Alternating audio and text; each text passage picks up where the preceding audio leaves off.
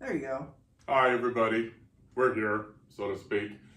Coming from the set studio for America's Junkers. Over there is Cece. Excuse me. What? Over there's JT. Excuse me, sir. We're going to talk about all of this. We got lots to talk about today. We're going to have some fun today. First of all, we want to say, give a shout out to Bub's Bookstore for the t-shirts. You can find these t-shirts and other book-related things, plus, books. Our books. Our books. At Bub's Bookstore, which is on South Curry in Carson City. Winton, South Curry. Yeah, and we'll take a quick note here that we are not being compensated to mention books or, something else which may come up in this podcast. But we, 2 More Books does not receive financial compensation. We're just speaking to our own experience. So, have you guys bought anything recently? Like books? Books? Yeah, we bought Actually, I did buy a book recently. This is in line with my Spooktober thing. Fine. The Spine. It's actually the works of Edgar Allan Poe. It is volume 4, but this is the 1904 Tamerlane version. So this is one of the things we bought recently. We did buy a book. We did buy a book. So, first of all, let's get the important stuff out of the way. First of all, we want to say good morning to all our good friends. Jennifer, Lisa, Terry, Terry Case, Dawn, Calm, all the other, Kappa and Dan, all the other good people that are regular visitors. We hope to give you a good one this morning. We want to remind everybody that America's Favorite Couples contest is still out there. The link will be in the post. We have continued to advance through the contest. So have you, Jackie, whether you wanted to or not. You're still going strong. People are still voting for you. So yes. Congratulations. But what it is winners will participate in awarding a very nice contributions to 2 worthy charities, and there'll be more details in the blog post that you get. If you don't get the blog post, if you don't get the the thing, you can sign up for it at www.carsonhume.com, and if you do sign up for it, you get a free novella. That's it's not that one. Not that one, but no. It's the prequel to the sequel, as Rob would say. So that's pretty awesome. And just as a reminder, also their Haunt Season, Cece's latest book, which is also a sequel. We work on series here. Is on sale on all the platforms and on our bookstore, and the link to our bookstore will also be in there. Mm-hmm. Please shop from our bookstore because that's where we receive the greatest profit. Though in fairness, I would understand that if you have Amazon Prime and you want to get paperbacks from there, that would make more financial sense. Yep. Because I got an email, from our postal distributor, postal contractor yesterday that the post office is raising prices again, which everything is going up. Everything is going up. So, but if you are in the Carson, Douglas, Washoe, Story, Lyon area, we'll just throw Churchill in there too. Pardon me? Reno. Well, I said Washoe. Yeah. Okay. Some people might recognize Reno more than Washoe. If you are in any of those areas, we will deliver. We just buy our books, and we will reverse the delivery cost, and then we will meet at a mutually agreed public place for yours and our safety. Yes. So maybe a coffee shop.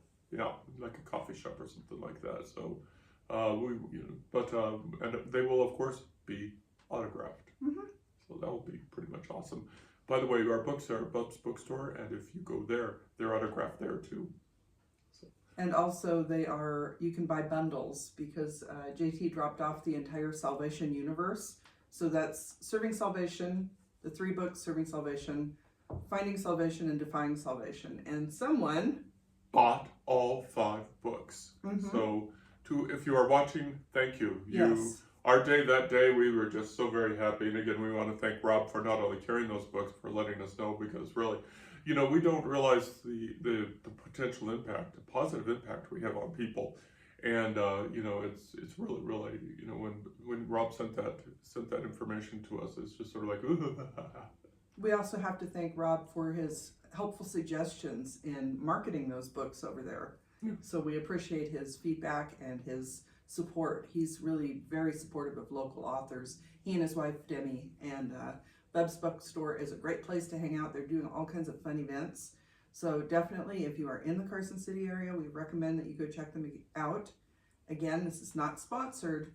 We're just very happy to have a bookstore in town, and especially one with such nice people. And it's a cute little, really cute little bookstore in a historic building. Yeah, and the link to their bookstore, of course, will be in the blog post that I do for this thing. Okay, so did anything happen this week?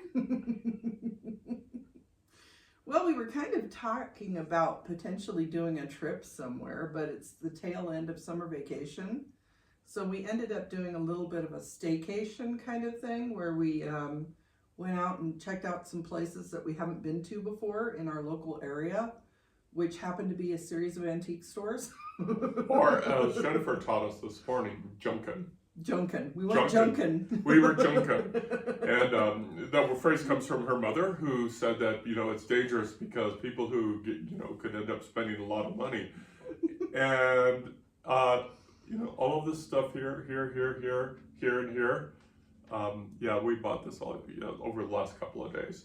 So 3 antique stores that we went to. We went to the what's it called in North Carson? I can't remember what it's called. It's an antique mall on North Carson Street. We'll get the name for it and put that in the blog post. Yeah, and then we went down to Minden and Gardnerville. I think they're both in Gardnerville.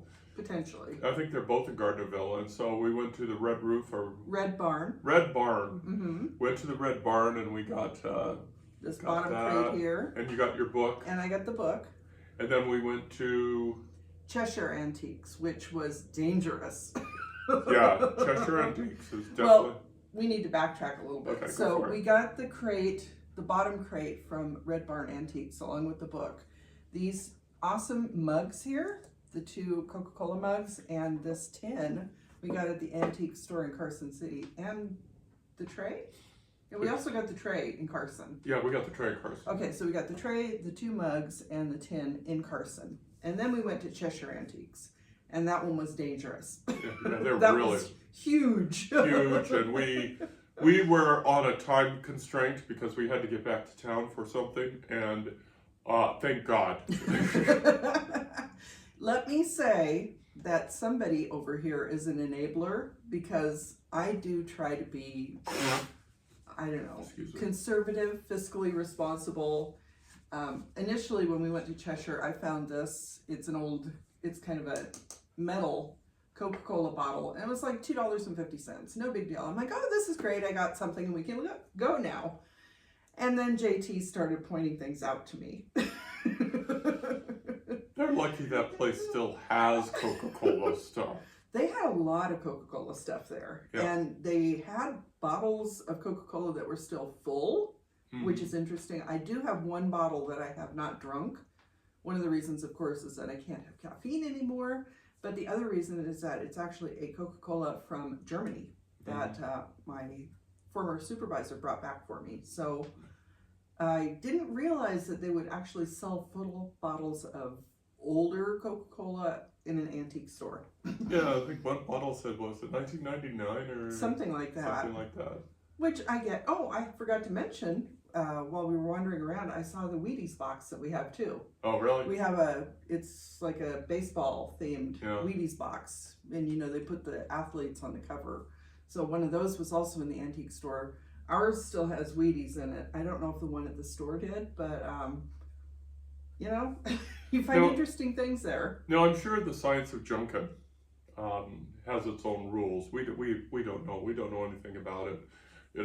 People, and my observation is from going to these 3 places is the manufacturing volume, because this is a very, very thin slice of what people were making. It's a very thin slice, but there was hundreds of square feet between the 3. 12,000 square feet at Cheshire. Yeah, but it was just thousands and thousands of square feet of things, and it's just a very thin sliver of the overall picture.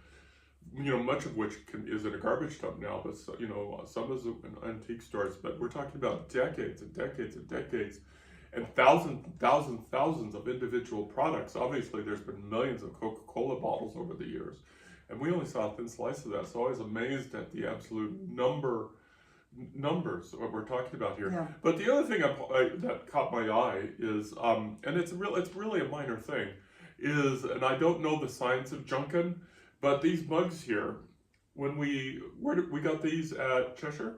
No, we got those in Carson. We got these in Carson. Yep. And when we pulled these off the shelf, and Cece was only going to get one, and I told her, you don't break up a pair. They didn't look that great.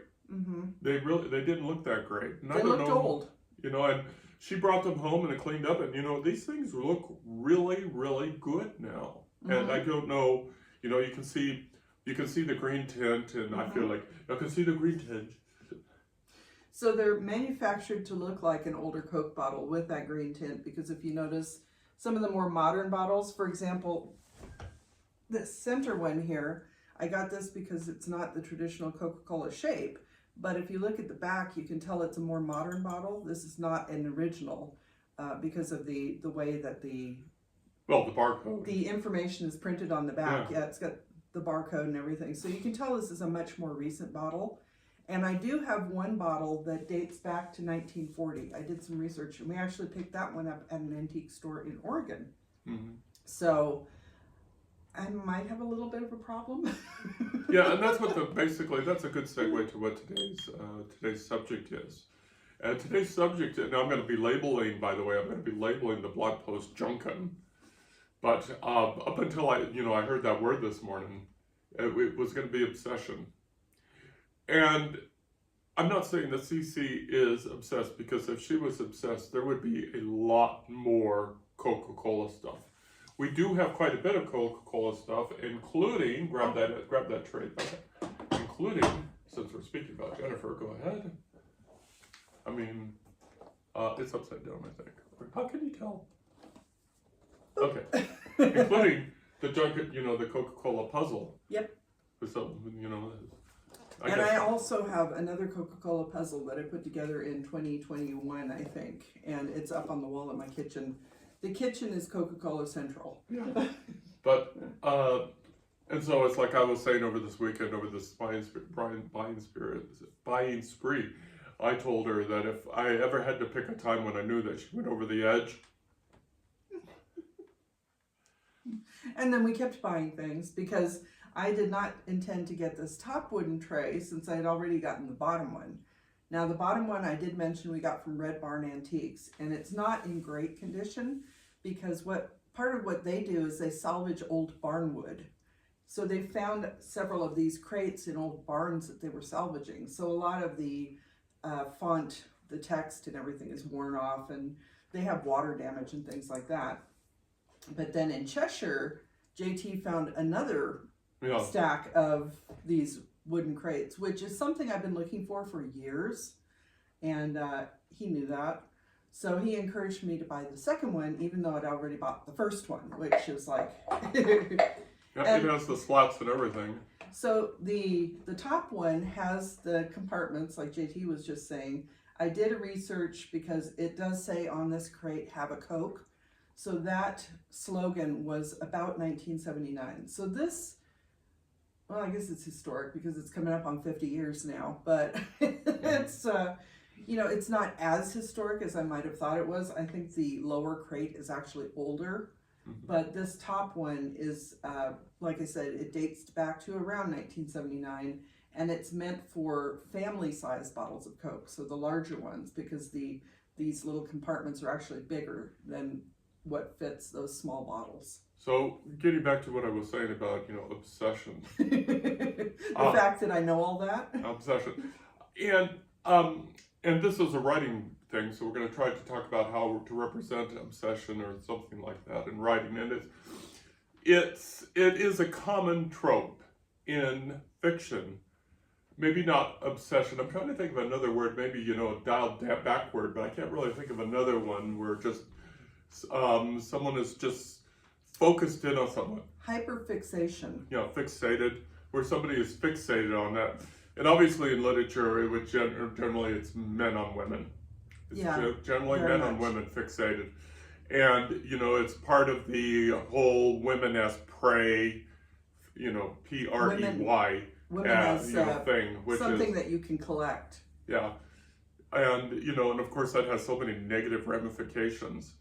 And I don't think, Cece views her Coca-Cola things as prey, although I wonder sometimes watching her going through Cheshire yesterday, stalking her prey. But representing the, obsessions in writing is a long known trope.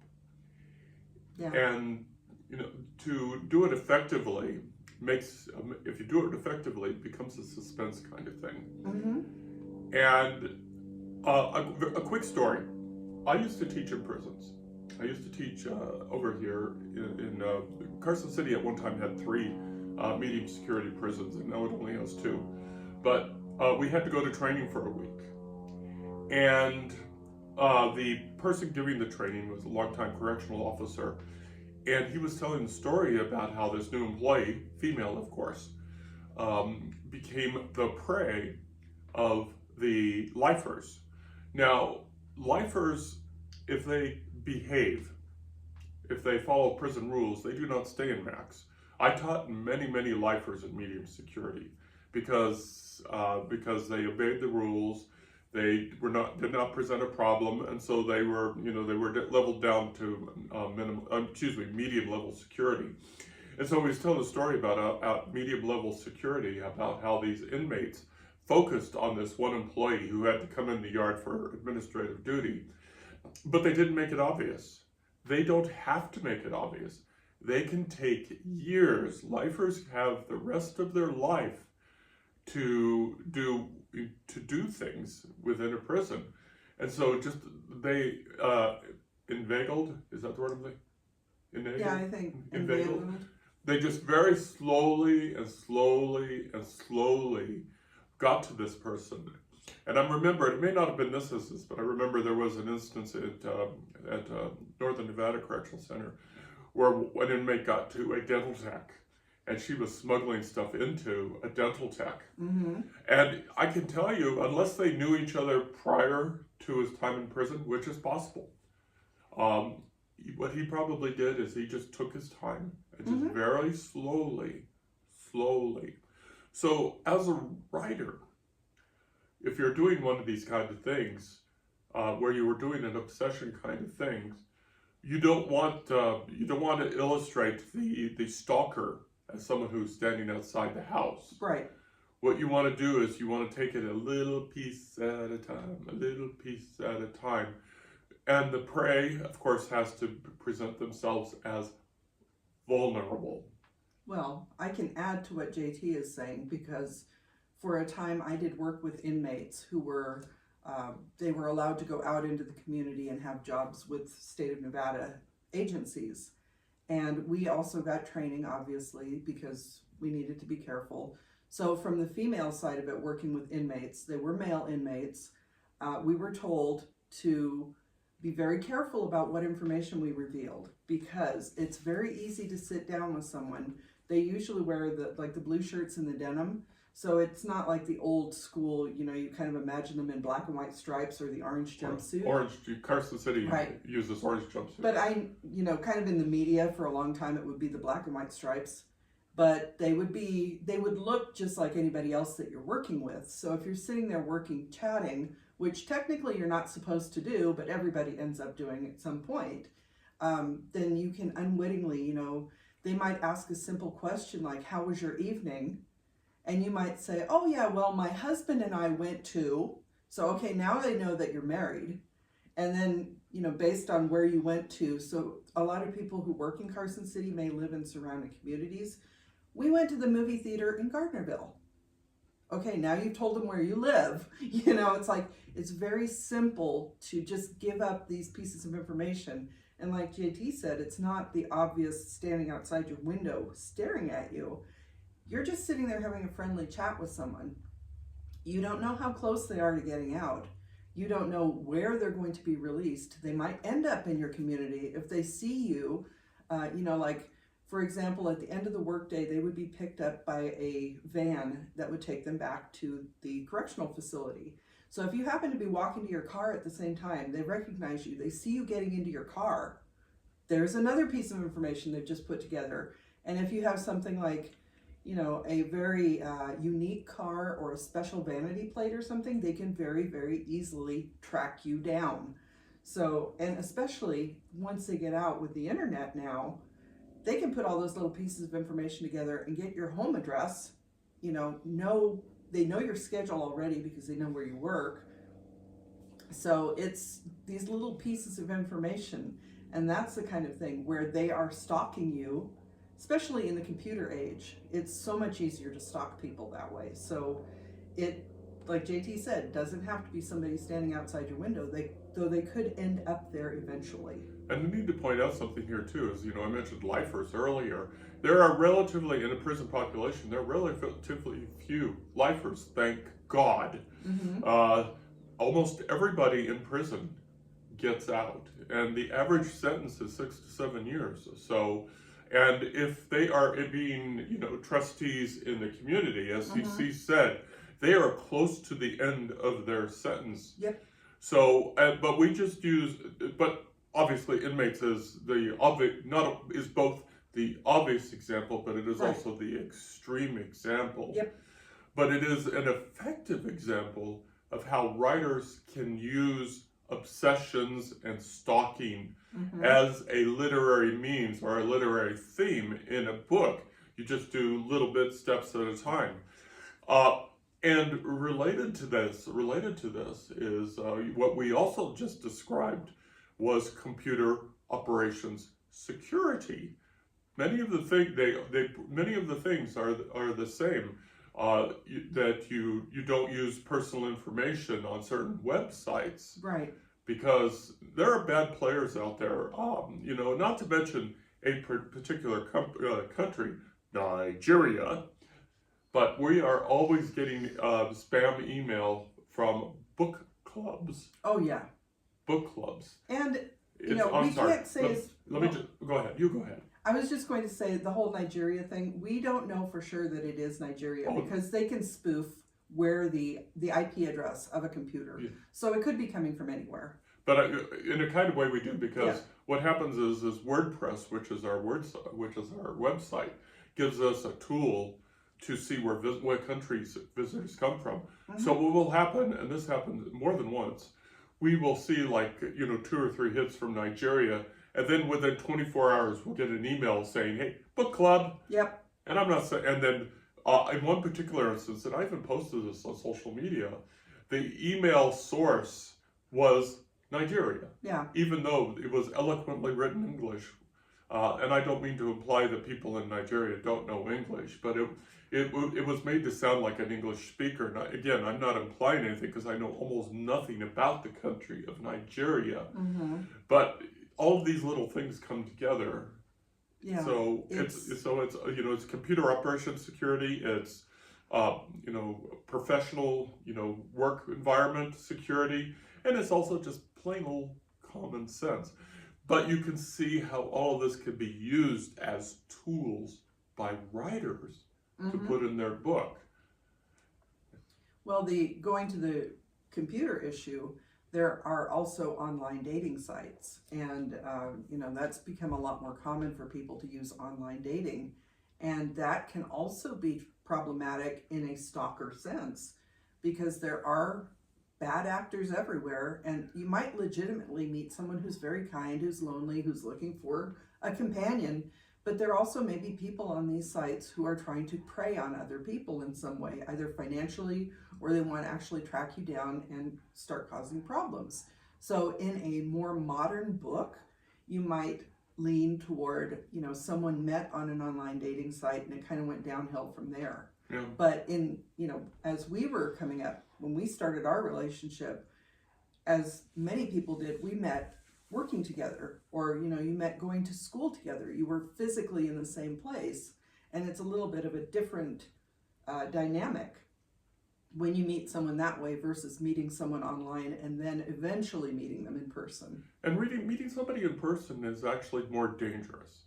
And the reason I say that, and, you know, versus meeting somebody online, and the reason I say that is because when we're in a work environment or a school environment, generally speaking, this is not always 100% true, but generally speaking, we're all cleaned up.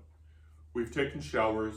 We're wearing, maybe not our best clothes, but wearing good clothes. And we are behaving ourselves in accordance with HR terms, human resources. And so if we behave as neutral and things like that, we get to know people, colleagues, it's easy to get close in that kind of thing. It's easy for us to let our guard down, more so than more what are online when we have no idea who's on the other end of the blue wire. Right. So again, these are all things that can be, pulled together to indicate an obsessive or stalking situation. And if you want to throw in even more detail, maybe you meet this person eventually in person, you meet somewhere, and say you're going out for a drink. Since, we'll bring this back to Coca-Cola here, though it doesn't have to specifically be Coca-Cola, obviously. But one of the ways they can get to you is, women very unfortunately have to understand that you have to be careful drinking something in a crowded location, because who knows what has been slipped into your drink. Yeah. There will be people hopefully watching out to make sure that nothing has happened. But if you're drinking from something with an open top, if it's a Coke bottle that somebody has handed you and it still has a cap on it, it's probably safe. If you're drinking out of an open vessel, then, unfortunately women know you kind of have to be aware of your surroundings. Yeah, which is again all common sense, but as a writer, details. As a writer, these are things that you can use to add tension and add fear to the book, because there is an audience for this kind of stuff, unfortunately. But and I was just thinking, just off randomly, I get irritated whenever I go into websites and I have to go through the 3 layers of signing in. Well, there's a good reason for that, Right. where you have to sign the password and you have to provide A code. your text, so blah blah blah blah blah. And the reason for that is because relationships go bad, and somebody could be just say, oh, so let me just up your TV internet package to the max, all of a sudden Yep. you're paying $200 a month, you're paying $500 a month or something like that. So there's good reasons. Yeah. And I forgive the diversion there, but it just came to mind. That's the reason why we are all having to do 2 or 3 extra layers of authentication when we go into certain websites, because of these bad situations. Yep. Where somebody goes in and just messes with somebody's online presence. Don't share passwords, folks. And we all know how frustrating it can be to have to go through all the authentication and have to come up with new passwords constantly, because if you're following best practices, you should be changing your passwords on a regular basis. You shouldn't be using simple passwords. Everybody knows all that stuff. But those are also details that you can put in your story. Maybe somebody got lazy and reused a password and the site allowed them to do it. And somebody overheard them saying something, which, my cat's name is Mr. Sprinkles. So my password is Mr. Sprinkles, It's like, okay, you've just given away something that could end up costing you your savings account, Yeah. It's that easy. But these are just, again, and I keep saying this over and over again, this is how easy it is to put these elements into a work of fiction, because it's tragically happened so often in nonfiction, in real life. So, it is what it is. So if you are interested in writing in that trope, in that kind of way, we've given you some ideas of how it can be done. And on the flip side, if you don't want to do that kind of writing and you are maybe hyper fixated on a certain topic, you can still use your research for your hobby as a means of adding some flavor to your writing. Because, if I'm writing an old school romance, maybe somebody's at a soda fountain, having a Coca-Cola, and they're having a special, concoction of Coca-Cola and ice cream, and those little details can also be really nice in a story, depending on the time period, because something like Coca-Cola has been around for so long now, it's so recognizable. And in people like me, it really brings up certain feelings. It evokes a certain time period. So those can be good pieces of information to include in your writing too. You know, it's kind of funny as we were walking through third Cheshire, Cheshire yesterday. I happened to mention to a guy, you know what? This stuff wasn't antique when I was a kid. Especially this one, if it was actually done in the 1970s, it wasn't antique. And you know, and this thing weighs 7 pounds. Mm-hmm. I had CC weigh it. Solid wood. Can you imagine having to deliver dozens of these in a work day? Oh my God.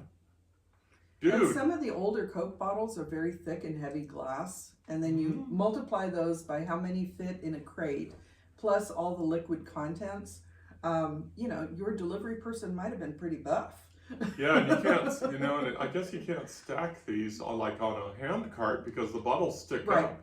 Mm-hmm. I guess you could if you're careful. You can. It's probably tricky, and they probably were not allowed to use a lot of hand trucks for that reason. They might have used a flatbed or something. Yeah, but still, it's like, these things are not light. So respect.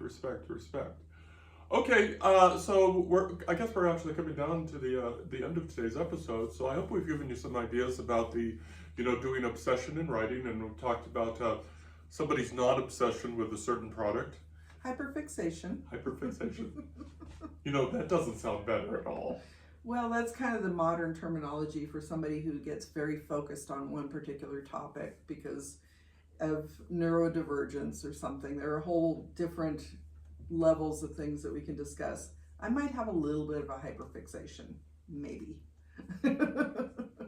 This isn't even half of what she has. No, if you can see the cabinet back there, the first 2 shelves are all Coca-Cola, plus I have signs in my kitchen and other things. I have a mini fridge, I have You can probably stop any time now. I have a lot of... We didn't buy the ice cream freezer. There was a Coca-Cola ice cream freezer that we did. Yet. We have also looked at full-size Coca-Cola vending machines too. But we haven't bought one. Okay.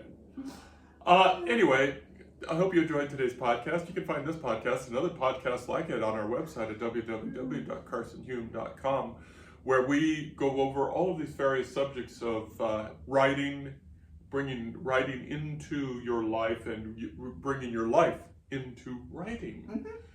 And we have hundreds of episodes out there. We won an award for the best podcast in the writing category a couple of years ago. Authors, yes.